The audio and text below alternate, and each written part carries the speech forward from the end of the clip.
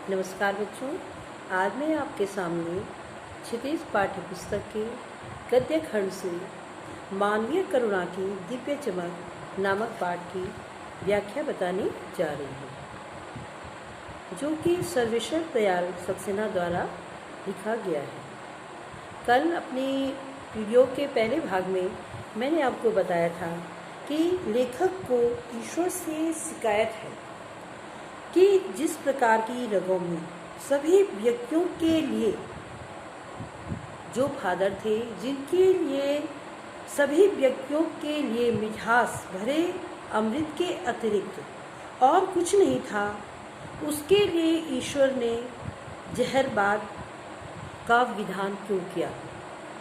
लेखक ने अपने पाठ के पहली पंक्ति में कहा कि फादर को इस तरह से नहीं मरना चाहिए था। ईश्वर ने उनके लिए ऐसा विधान क्यों किया। जहरबाद यह एक तरह का जहरीला फोड़ा होता है और फादर की मृत्यु उसी से हुई थी। इसलिए लेखक को ईश्वर से यह शिकायत है, क्योंकि फादर ने अपना जीवन प्रभु की आस्था और उपासना में बिताया, लेकिन अंतिम समय में उन्हें अत्यधिक शारीरिक यातना सहनी पड़ी।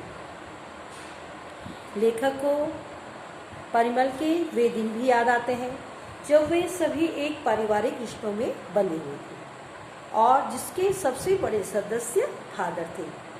जब सभी हंसी मजाक करते थे तो फादर उसमें निर्लिप्त शामिल रहते। गोष्ठियों में वह गंभीर बहस करते और उनकी रचनाओं पे बेबाक राय भी देते थे। लेखक कहते हैं कि किसी भी उत्सव और संस्कार में वह किसी के भी साथ बड़े भाई या पुरोहित की तरह खड़े होते थे। आज भी लेखक को वह संस्कार याद आता है जब फादर ने उनके बच्चे के मुख में पहली बार अन्न डाला था। लेखक को उस समय उनकी नीली आंखों में तैरती हुई वात्सल्य की भावना ऐसे लगती है जैसे वह किसी ऊंचाई पर देवदार की छाया में खड़ा हो। आगे लेखक बताते हैं कि फादर जब बेल्जियम में इंजीनियर के अंतिम वर्ष में थे तो उनके मन में सन्यासी बनने की इच्छा जागी, जबकि उस समय उनके परिवार में सभी लोग थे, 2 भाई बहन, माता और पिता, लेकिन उनके मन में सन्यासी बनने की इच्छा जागी। उनकी जन्मभूमि का नाम क्या था? रेम्स चैपल, और उन्हें अपनी माँ की बहुत याद आती थी। फादर ने अपने अभिन्न मित्र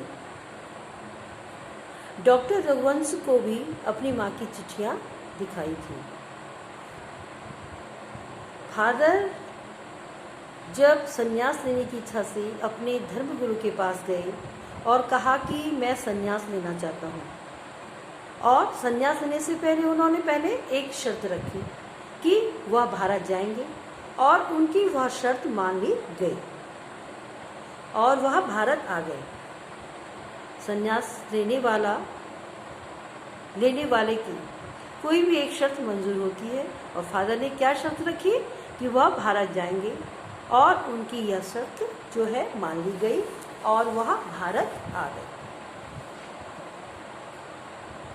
अब उनसे कहा गया कि भारत जाने की बात क्यों उठी, तो क्या जवाब दिया? नहीं जानता, बस मन में यह था। वह जब भारत आ गए तो पहले जिसे संघ में 2 साल पादरियों के बीच धर्माचार की पढ़ाई की, फिर 9-10 वर्ष दार्जिलिंग में पढ़ते रहे।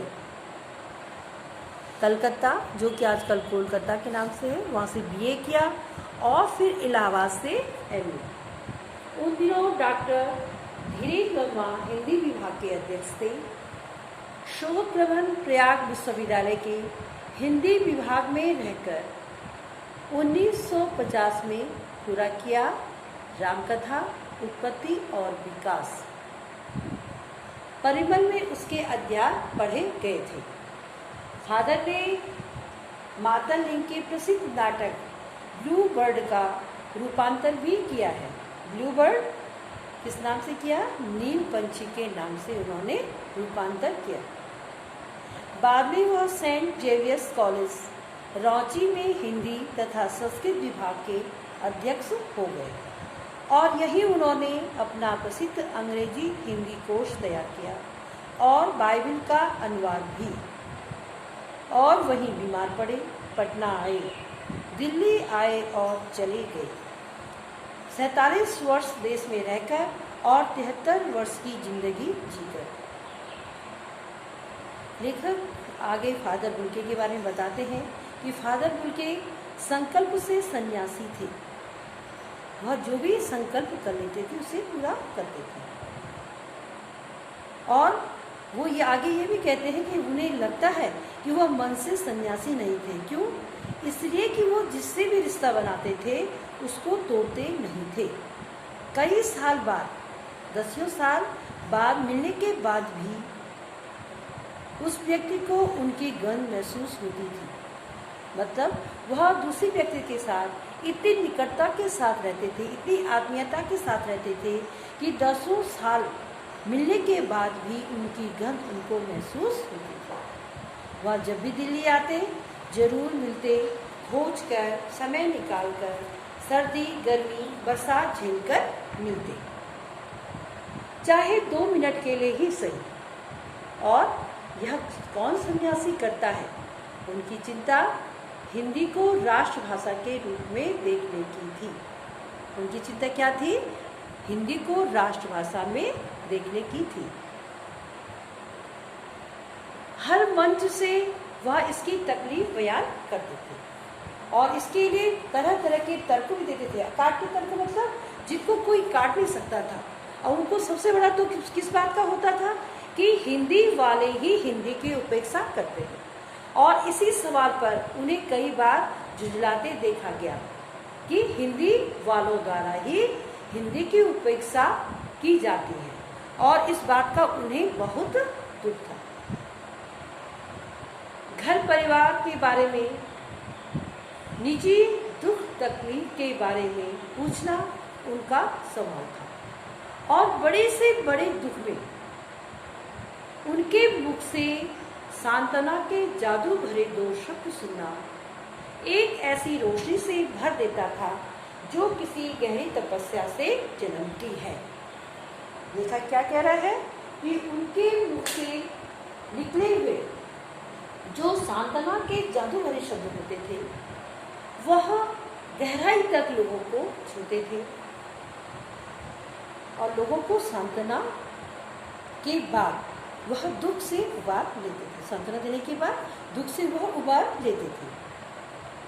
हर मौत दिखाती है जीवन को नहिरा। लेखक कहता है कि मुझे अपनी पत्नी और पुत्र की मृत्यु याद आ रही है और फादर के शब्दों से झरती विरल शांति भी। लेखक अपने परिवार को याद करते हुए कहता है कि जब पुत्र की मृत्यु, जब उनके घर में यह घटना हुई थी तो फादर ने किस तरह से उनको सांत्वना दी थी और वह सांत्वना के शब्दों द्वारा ही उनको क्या है, एक शांति अनुभव हुई थी। आज भी लेखक को यह बात याद आ रही है। लेखक कहते हैं कि आज वह नहीं है, दिल्ली में बीमार रहे और पता नहीं चला। बाहें खोलकर इस बार उन्होंने गले नहीं लगाया। जब लेखक ने देखा तब वे बाहें दोनों हाथों की सूजी उंगलियों को उठाए ताबूत में जिस्म पर पड़ी थी। जो शांति बरसती थी उनके चेहरे पर स्थिर थी, तरलता जम गई थी।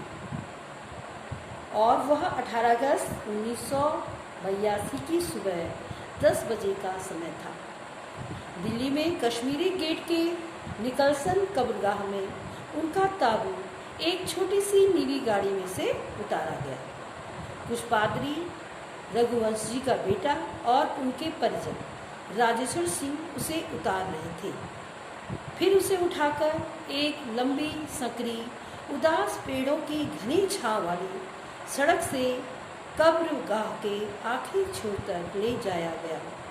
लेखक इसमें का वर्णन कर रहा है जब फादर को उनके अंतिम संस्कार के लिए ले जाया गया और वो कहते हैं कि कब्रगाह के आखिरी छोर तक, जहाँ धरती की गोद में सुलाने के लिए कब्र अवाक मुख खोले बैठी, जहाँ उनकी कब्र बनाई गई थी और कब्र अवाक बने कि ऐसा व्यक्ति उसमें प्रवेश करने वाला था कि धरती भी अवाक थी।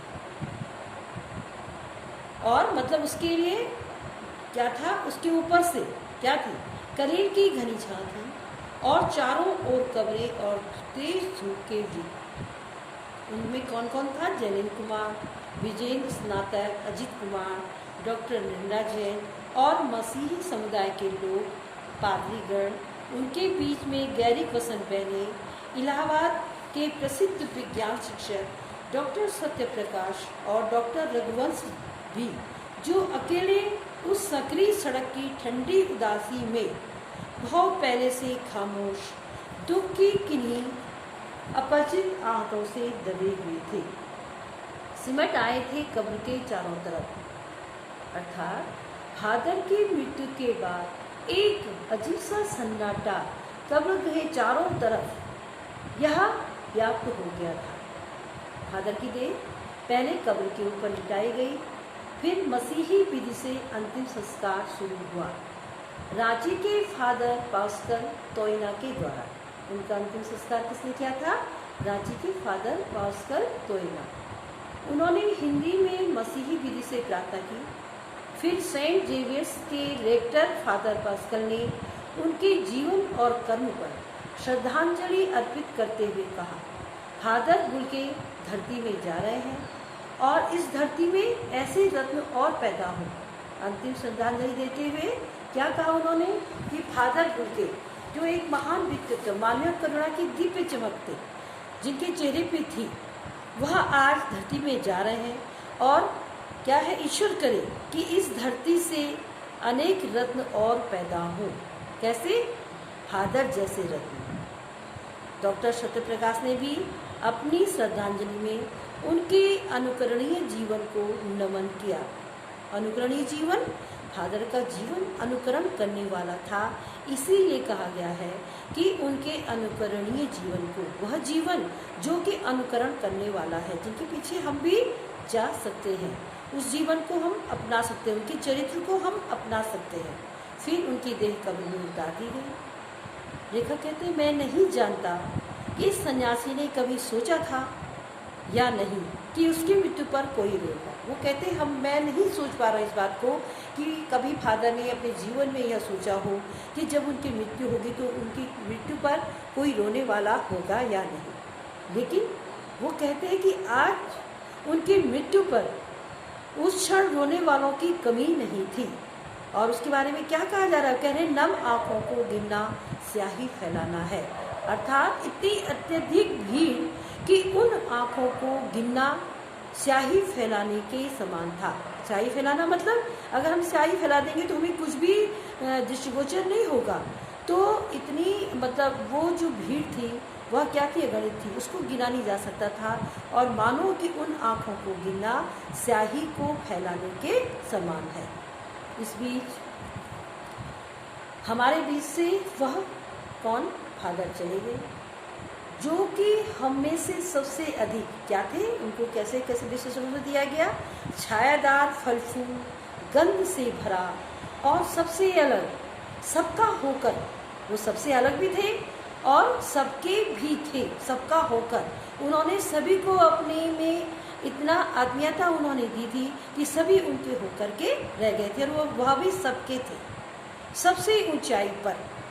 वह किस पे थे? सबसे ऊंचाई पर, सबसे अलग, मानवीय करुणा की दिव्य चमक में लहलाता खड़ा था, जिसकी स्मृति हम सबके मन में, जो उनके निकट थे, किसी यज्ञ की पवित्र आग की आँच की तरह आजीवन बनी रहेगी। लेखक अपने अंतिम उसमें पाठ में कहा है कि जिसकी स्मृति, स्मृति का मतलब याद, फादर की याद किसको होगी? जो उनके सबसे निकट थे। तो उनके मन में उनकी जो स्मृति है, उनकी जो यादें हैं, किसी यज्ञ की पवित्र आग की आँच की तरह। कोई अग्नि, यज्ञ भी कौन? कोई पवित्र यज्ञ है, उसकी जो आँच जो है हमारे जीवन में हमेशा बनी रहेगी। और लेखक कहते हैं कि मैं उस पवित्र ज्योति की याद में आज भी श्रद्धा से झुका हुआ हूँ। वह पवित्र ज्योति आज हमारे बीच में नहीं है, लेकिन सभी की आंखें नम है और सभी जो है उसकी पवित्रता के आगे नतमस्तक है, श्रद्धा नत है। जो आज मैं अपना पाठ यहीं पे समाप्त कर रही हूँ। आशा है कि आप समझ गए।